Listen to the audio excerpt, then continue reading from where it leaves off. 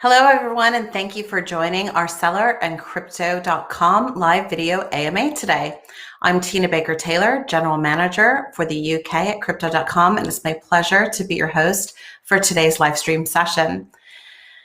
So today we're going to be talking about Layer 2 protocols. In order to provide a sustainable, decentralized DApp platform, internet-level scalability is necessary. Layer 2 scaling platforms are built on top of Layer 1 blockchains like Ethereum and Bitcoin. They do not require changes to the base level protocol. Rather, they exist as simply smart contracts on main chain like Ethereum that interact with off-chain software. Celer Network is striving to enable internet-scale public blockchains through off-chain scaling technologies. It plans to scale out to billions of secure and trust-free off-chain transactions per second to unleash the power of blockchain and decentralized applications. It's my pleasure, and I'm delighted to be joined today by Mo Dong, co-founder of Celer Network. Mo, thank you so much for joining us today. Thank you for the invite, and glad to be here. No, it's a pleasure to have you. So we have a number of questions from both of our communities. We've had a lot of questions come through, so I'm excited to dig into those. But before we do that, can you start us off with an introduction about yourself and Celer, and maybe describe the role of Celer within the blockchain universe? Sure, definitely. Hi everyone, Mo from Celer. I'm co-founder of Celer Network, and Celer Network is really aimed at bringing mass adoption to blockchain world through the technology of layer 2 scaling, right? So the main thing that we're trying to focus on here is that we believe the current performance of blockchain is so far away from our current experiences in internet, especially on the user interaction side, and especially on the cost side. Cost is cost of user interaction. So we're trying to bring both the cost down and also the interaction, to be more kind of reactive in real time using the layer 2 scaling technology we have. Celer mainly consists of two parts. One is the state channel technology.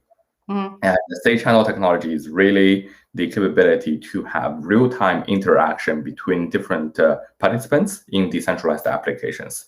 So you can have like real-time interaction in a game, you can have real-time payment across different networks, and so on and so forth. And then the second piece is rollup.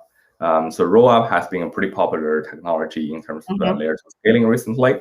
And we also have a rollup strategy in Celer. And this particular rollup strategy is also going to be very, very helpful for scaling up very important applications like decentralized finance and more. So yeah, that's kind of like the two pieces of Celer. All these things are tied together by something called State Guardian Network that is helping to ensure the safety and also smooth operation of the layer 2 networks. So yeah, that's kind of just a very high-level intro. Awesome. Thanks for that.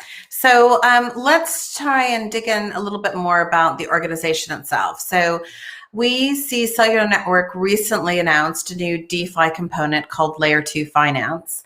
And it claims to solve the high gas fee issue faced by the entire blockchain community. It's a serious challenge at the moment. Can you tell us a bit more about the motivation behind this solution, and what problem does Layer 2 Finance try to solve? Yeah, so I think by now we are all very excited by DeFi, and very, many of us has participated in DeFi liquidity mining project and all that stuff. So, DeFi is growing for sure, but also at the same time we can see that the entire DeFi growth is actually slowing down pretty drastically over the last several months. We all know the DeFi summer, but after DeFi summer, the growth has slowed down very, very significantly. Like for the entire DeFi ecosystem right now, we were at growing about 1,000 or more users every day during the summertime, but now we're dropping back to less than 200 users. If you think, 2,000 users. If you think about that, we were at 10,000 per day growth. So that's a pretty drastic drop. And then if we look into some of the very mature and long-standing protocols, the kind of a drop is even more apparent. Like for Maker, the dropped from like 1,000 users to less than 100 users per day in terms of a day-by-day user growth. And the curve is similar and the Wi-Fi is similar. So, and we look at the DeFi daily active user, basically how many users are actually using DeFi applications per day, right? So then we'll be looking at about 40,000 daily active user. Is 40,000 a lot? 40,000 is actually very, very little. So let me put this in perspective, is that this is basically the same amount of daily active user you would see in a third tier mobile game. You just pick a third tier mobile game, random mobile game in the United States market, you will see doubling of that daily active user. So we're still very, very tiny in terms of market size and market penetration in terms of DeFi, but at the same time, the growth is still slowing down. Now, why is that? That seems very concerning, right? So we want to go to millions and billions of users, but like right now, it's still it's drastically slowing down. Yeah. The reason behind that is exactly as you mentioned, high fees. Because high fees are blocking a lot of users from accessing DeFi. And recently, we can see many other chains spinning up their own DeFi ecosystem other than Ethereum, and people are quickly flying into these DeFi opportunities, mainly because of this is just a demand overflow, right? So you have the demand there, but like the main thing or the original DeFi ecosystem that lives on Ethereum cannot fulfill the demand. So Layer 2 DeFi is really to solve that. Layer 2 is DeFi is basically we're trying to use Layer 2 scaling technology and build a Layer 2 aggregator and the trust-free gateway to lower the entry barrier for a majority of the user to actually explore the DeFi ecosystem. So you can think of this as migrating a lot of users' liquidity to Layer 2, and then letting user aggregate their demand on Layer 2, and then move Layer 1 fund at one step, and therefore significantly lower the fee. So that's kind of like the motivation of why we proposed Layer 2 Finance. Okay, yep, that makes sense. So how is Layer 2 Finance different from solutions such as optimistic rollup or ZK rollup? Yeah, so I think that's a great question, right? So first of all, optimistic rollup and the ZK rollup, they're all technology directions, and they're not specific projects. And in fact, in Layer 2 Finance, we use optimistic rollup now as kind of a concept, and later we'll actually switch to ZK rollup. So that part of the technical detail, I will leave it out a little bit. But I think one thing you're also probably asking at the same time is you see a lot of other projects like Layer 2 projects that are building rollups. And what's the difference between Layer 2 Finance versus? That is my next question. That's right. So for these, the main difference is very apparent. For all the other projects, what we have seen is that people are trying to build a separate chain, like a rollup chain, Layer 2 chain. So then what people can do is push all the DeFi protocol and redeploy them into this rollup chain, right? So basically, we treat this as a separate chain, and then we try to migrate either part of or the entire DeFi ecosystem by redeploying many different contracts and hope user to also move there and use those protocols in a separate chain.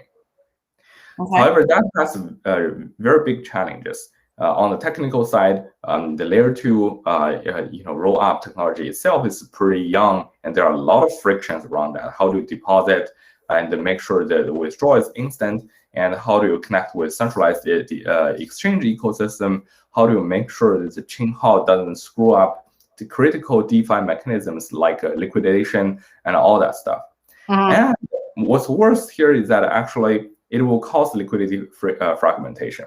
Yeah. So what happens is that you will start to have multiple different small chains that all have some liquidity in them, and also you have Layer 1 chain that also have liquidity in them. So all of these things that added together will reduce the efficiency of the DeFi ecosystem. What we are proposing, small, as you said, right? So fragmenting something that's small to begin with.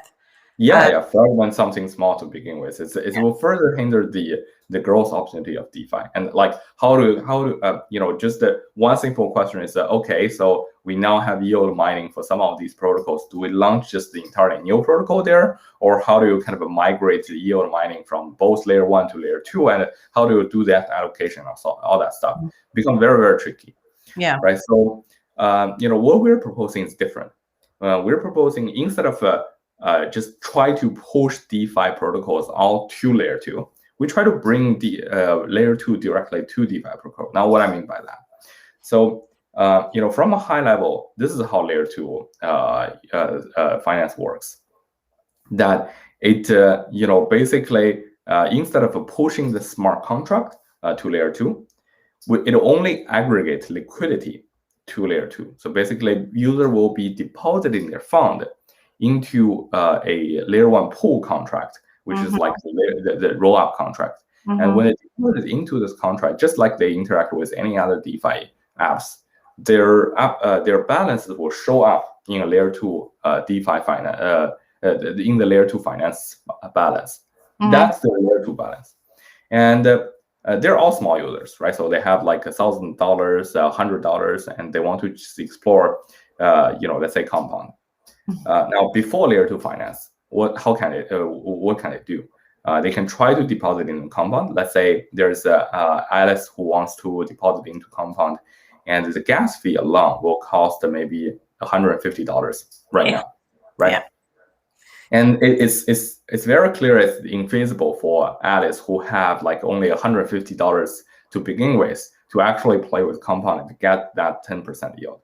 Yeah. Now, what layer 2 finance can help here is that layer 2 finance can aggregate many Alices together. Let's say there are like many small users, each have like $100, $1,000 who wants to deposit into Compound.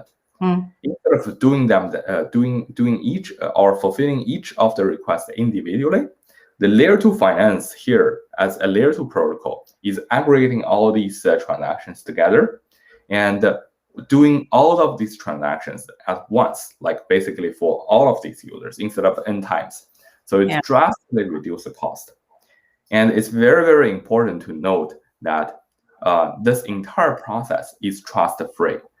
There is no central party in this entire process that dictates the funds. Basically, there's no kind of a trust assumption in it. The entire process doesn't need to trust any third party. This is realized essentially by doing kind of a layer 2 to layer 1 function call. Like basically, there are a bunch of users saying that I want to do this, and the layer 2 is aggregating them and doing it all at once. So in this way, users' cost become extremely low when interacting with layer 2 protocols. When interacting with layer 1 finance, and there's no liquidity fragmentation and all that stuff. Yeah. So that's kind of like how we're doing it. Okay, so I think that begs the question then, that we've heard from critics that potentially say layer 2 solutions might be less secure than transactions on mainnet. So how would you address those concerns for layer 2 finance?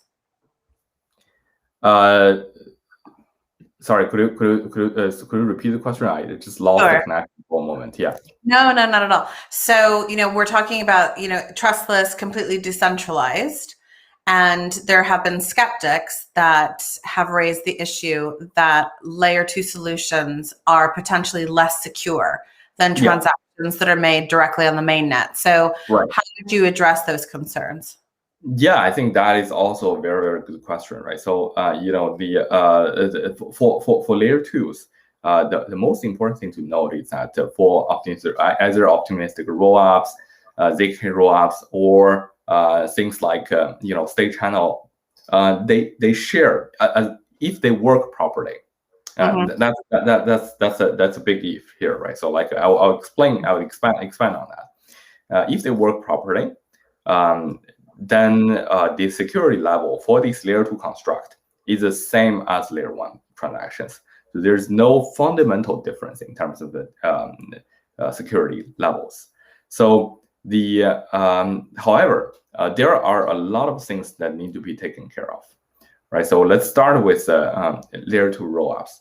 For layer 2 rollups, the most important thing to make sure is there is a valid fraud-proof challenge period. Basically, you're doing transactions on layer 2, and you're committing all these state root and call data on layer 1.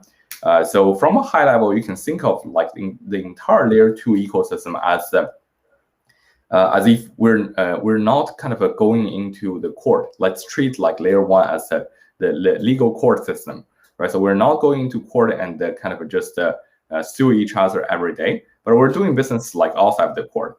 And we're keeping all the record. We're keeping all the record about our business doing, about like who has how much. And if there's any dispute, let's go back to the court and resolve these disputes, right? And the court here in this analogy is layer 1. Now we need to make sure for two things really here is that we actually keep all the record. First of all, this is called data availability in blockchain, and the second is that we understand the court system good enough, so we can always reach a desirable conclusion or justified conclusion. And this is like called fraud proof, right? So these two parts are crucial for any kind of layer 2 scaling solutions. And as long as these two parts are done right, from a kind of a security point of view, there's no fundamental security burdens basically. But there are some other interesting incentive mechanisms need to be figured out. For example, in layer 2 rollup, if we're pushing all of this DeFi ecosystem to layer 2, different from layer 1. Now, like in layer 1, if you want your transaction to be included, you just like put extremely high gas fee, and there are multiple miners. Whoever picks up the transaction, they will just go from there. But for layer 2 rollup, because at any given point of time, there can only be one,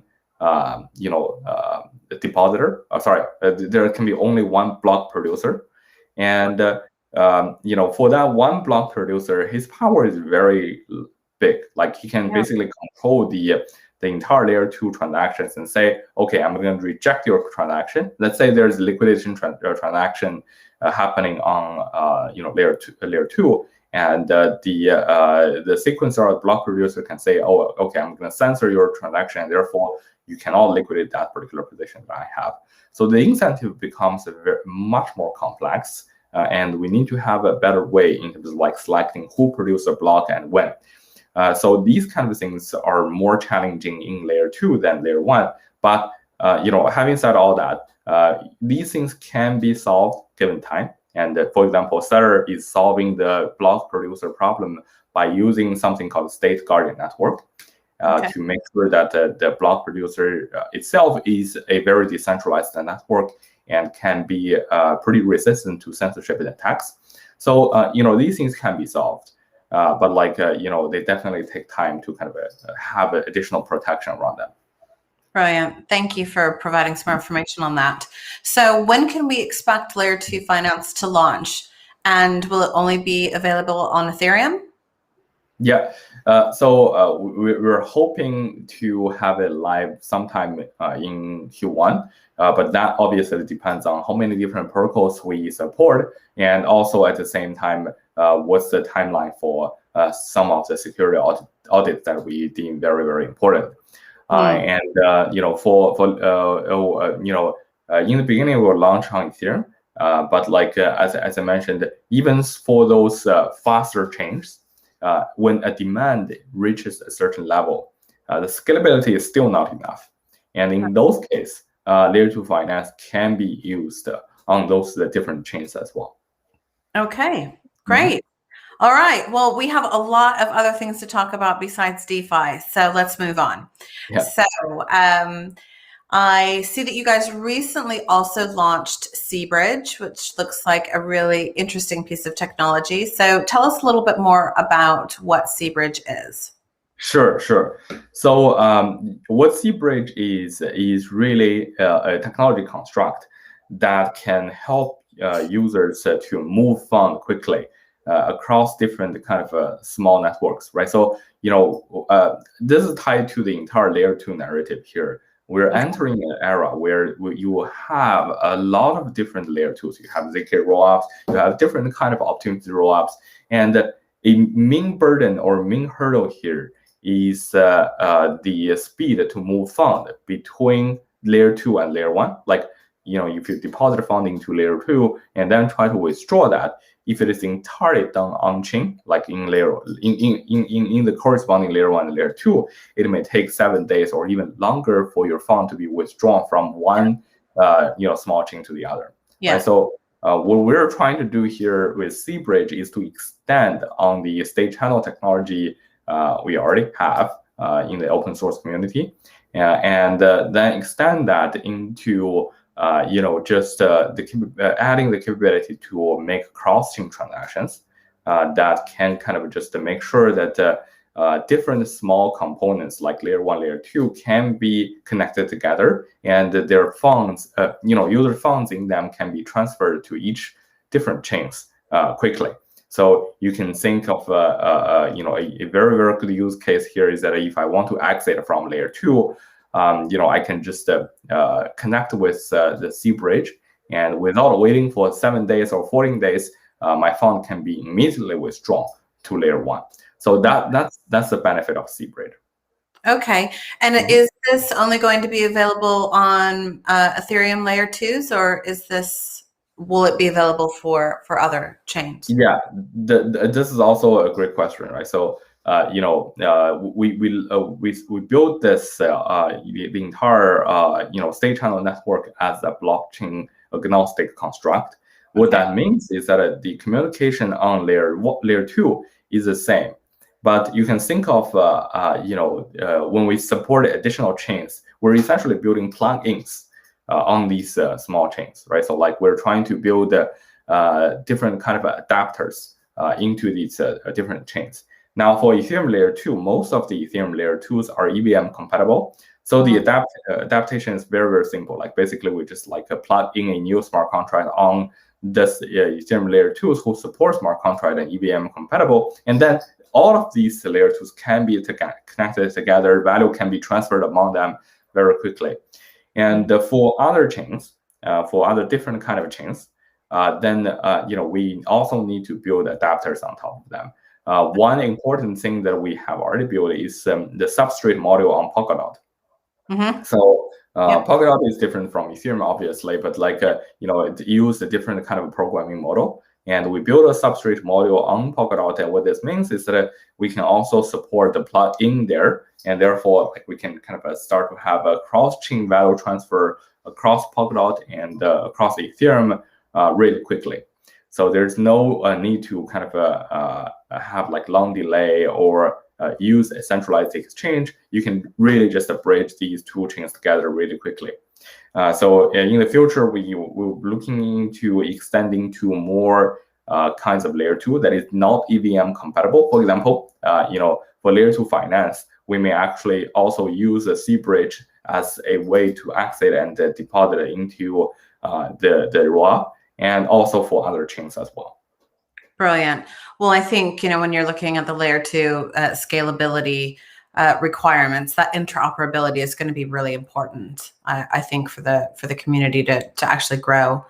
Yep. Okay, so let's shift our focus a little bit to some of the enterprise projects within the Celer ecosystem.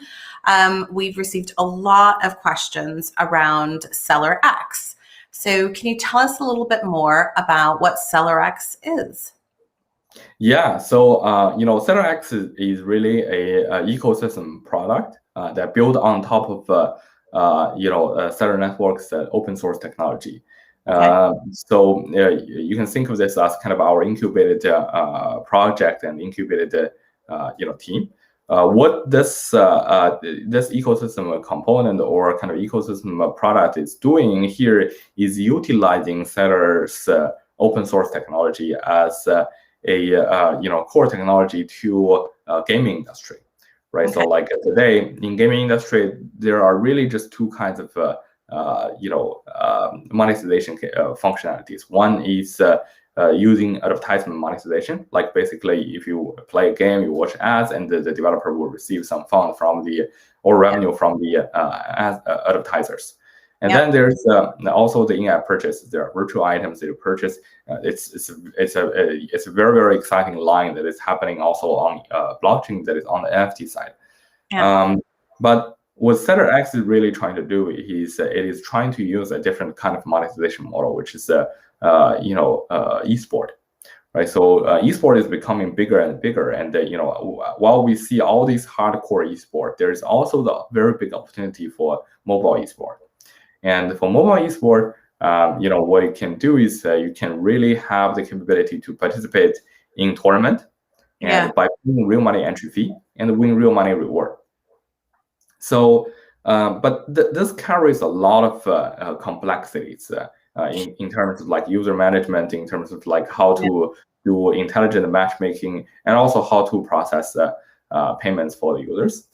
So for Celer X, it is a product that supports all of these things for the game developers as the SDK, and including not only just traditional payment method, but also the capability to use cryptocurrency to participate in different kind of tournaments and challenges. So yeah, that's kind of like what Celer X is. So like a game developer's toolkit, it sounds like, with all the people that are ready to go. Okay. So how does a game developer build on Celer X? Do they need to have specific blockchain knowledge? That's one of the key advantage of Celer X. From a game developer point of view, they don't need to know anything about Celer X. They're just like integrating the SDK with their most familiar language and the kind of build engine, basically. Cool, like a set of widgets. That's really cool. So, how many users how many people have built games on top of Celer X? How many games do you have live? So we have about 4 and 5 games, but that list of games are quickly expanding as well. And Great. Okay, and so what is Celer X's benefit from the open source community? Do you see that as a way just for developers to utilize the open source technology, or are you trying to kind of package this in a way to get more game developers into the ecosystem? Definitely. So we're definitely, from kind of Celer X is it's kind of its own standalone product, and but it utilizes Celer Network's open source technology, right? So what this means for us is really we're trying to see if our ecosystem projects like Celer X can start to bring external users, like not blockchain native users, but like external users to the entire Celer Network ecosystem and open source ecosystem, and utilize the open source technology in a pretty significant way. And for just kind of as a reference number, in terms of like the total number of users that I know of build using Celer X. Like the total number of users for all the games that build using Celer X has almost reached 1 million users. So that is a very, very big user pool. Thanks.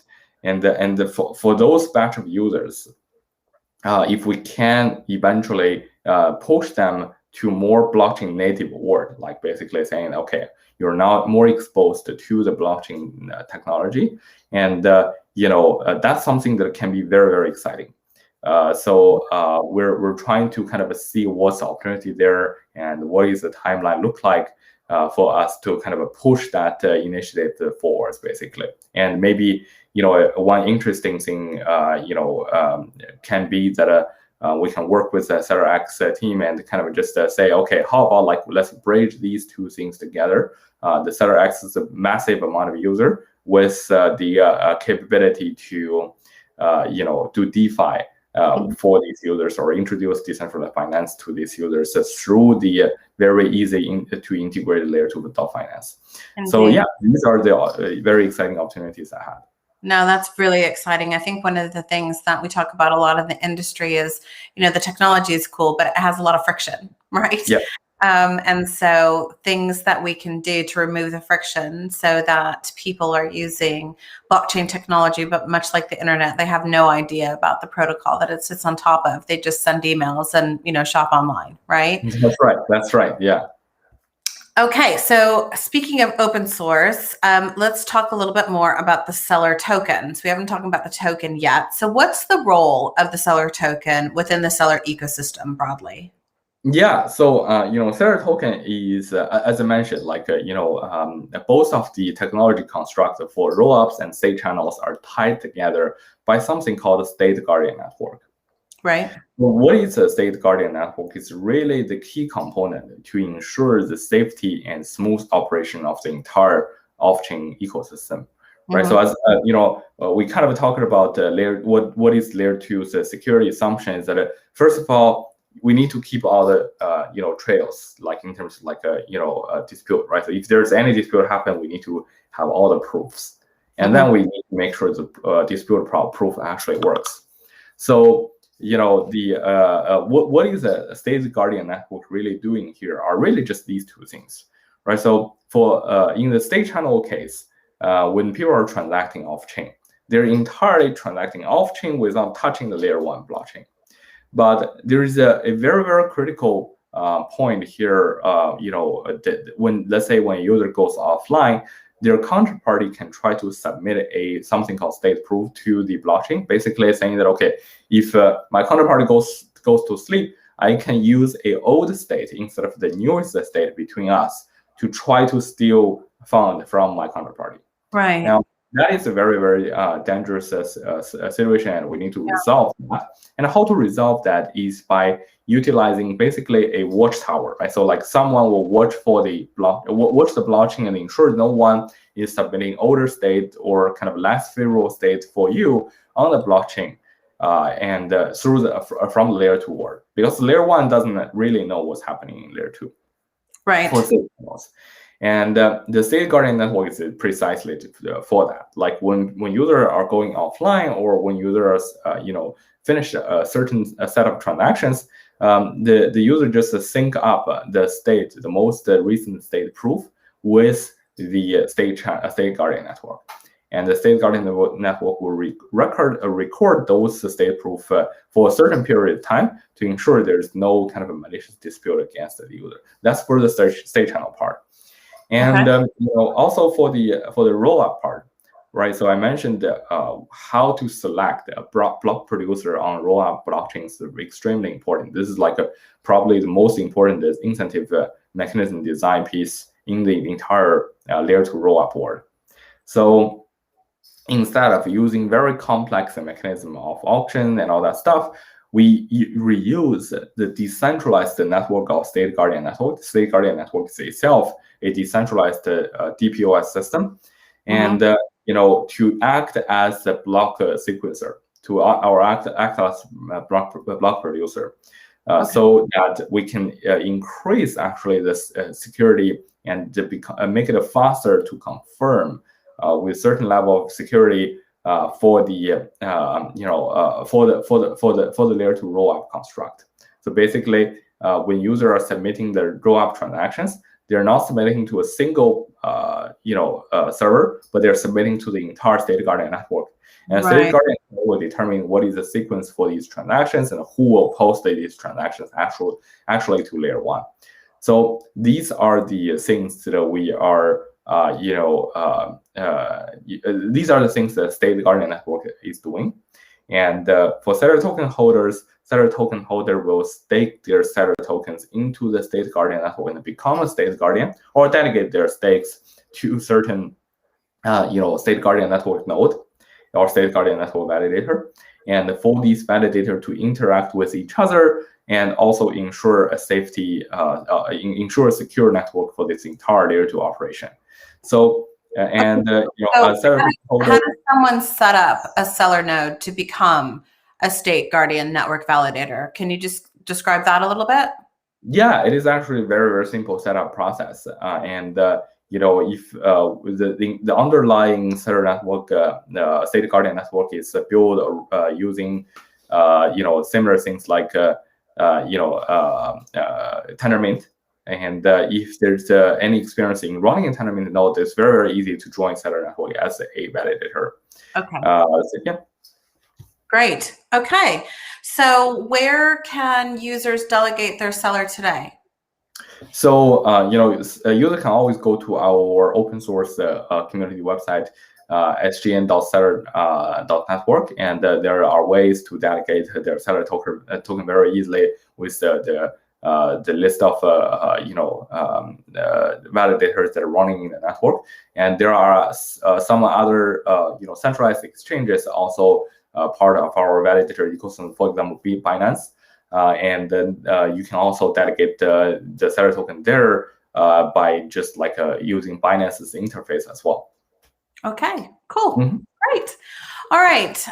So let's talk a little bit about the community. So community support and engagement is one of the biggest aspects of a project's success. And, most projects have programs that interact with their users. So we had a question from one of our users asking how they can become a developer on the Celer network.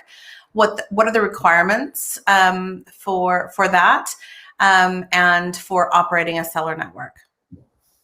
Yeah, so definitely. So I think yeah, I mean, there are various different ways that people can be involved in the Celer network open source community, and people are doing amazing things like many of the Polkadot, for example, the Polkadot substrate is entirely built by our community, and Layer2 Finance is also getting involved in our community a lot. So like maybe I can just like name a few, right? So like the most new and the exciting thing that we're kind of pushing forward is the Layer2 Finance, and because the Layer2 Finance needs adapters to each of these existing DeFi ecosystem, right? So like we want to kind of connect it to each and every one of the DeFi protocols.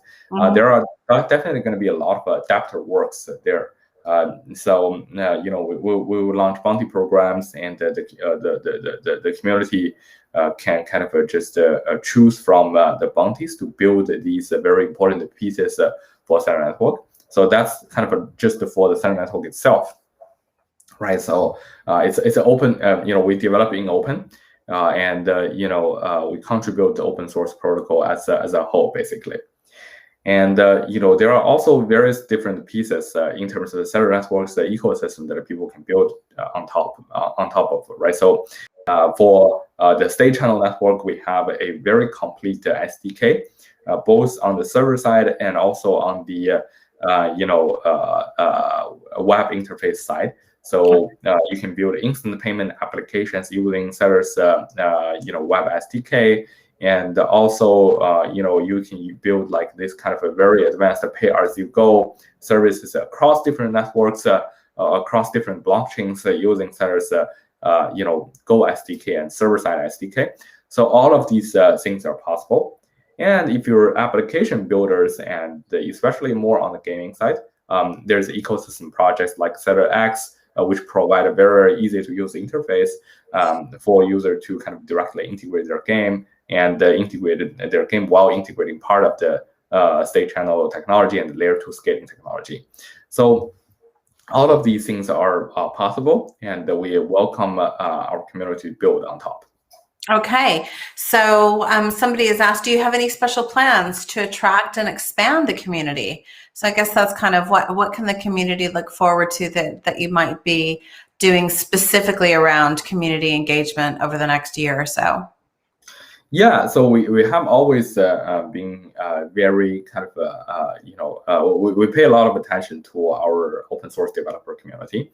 And, in terms of the specific events, we are looking at different kind of events like hackathon, where we teach the open source technology to our users and to our potential developers. And also at the same time, we'll have like continuous bounty programming in collaboration with teams like bounty program teams like KuCoin. In the future, we're hoping to collaborate with them. And at the same time, this is on the open source side. But I know the Celer X product is also kind of expanding in terms of the gaming developer outreaches. So many of these exciting things are happening in the developer community right now. Awesome. Okay, so taking a look at your roadmap going forward, what are you going to be working on as a top priority for the next 2 years? Like, what is your kind of short-term target over the next, 24 months? And then longer term, where do you see Celer in maybe 5 or 10 years still, contributing to the industry? It's a long time out, I know, but. Yeah, that's right. So no, but this is always a great question to think about, right? So like why we are here, like why we're doing all the hard work, as a team and also as a community. Yeah. Well, for the next 2 years, really, we see two things can be extremely exciting for the community. One is, enhancing the financial nature of blockchain through DeFi, and also try to kind of bring a better adoption to the DeFi protocols, right? So this is like why we have the Layer2 Finance. But at the same time, there are really two themes. That is, we also want to kind of make more people recognize the blockchain technology and understand the blockchain technology. And this is like where the Celer X, the gaming side of things, is going. So, all of these both of these two things we believe are extremely critical, like in the gaming sectors, and also in the financial sectors. And and they can create some very amazing synergy that we don't know yet, but like we probably can see some exciting things going forward. Now, the reason we have the Celer Network open source community and also the open source projects is really hoping to use that piece of technology as the building bricks towards a decentralized future, and towards a decentralized future where everyone can actually access this blockchain technology.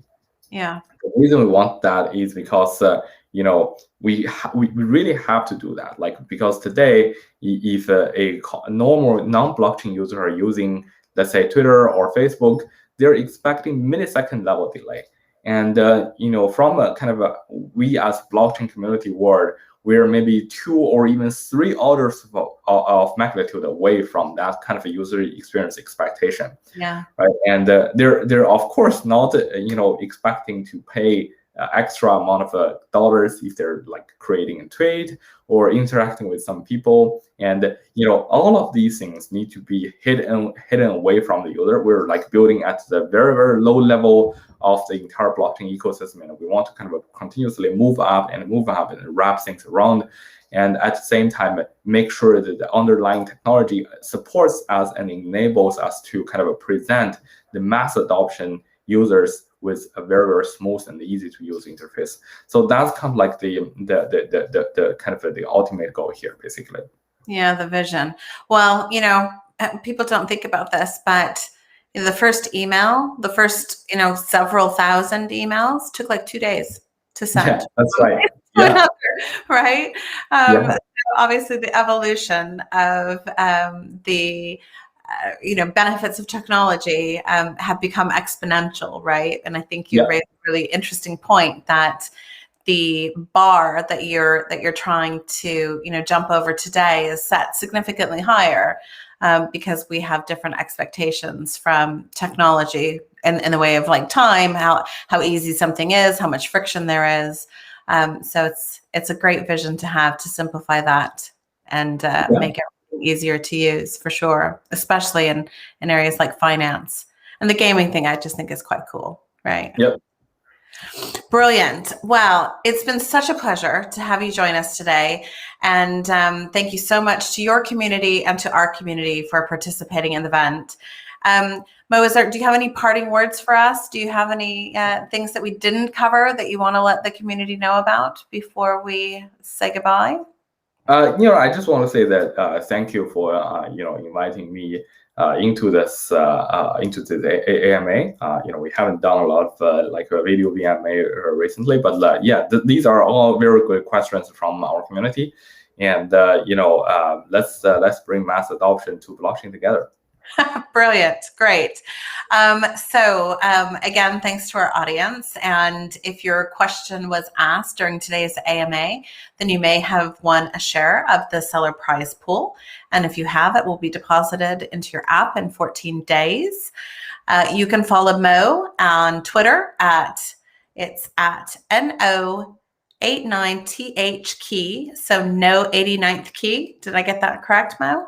Oh, yeah, it's, yeah, you got it correct, yeah. Okay, great. And Celer at Celer Network.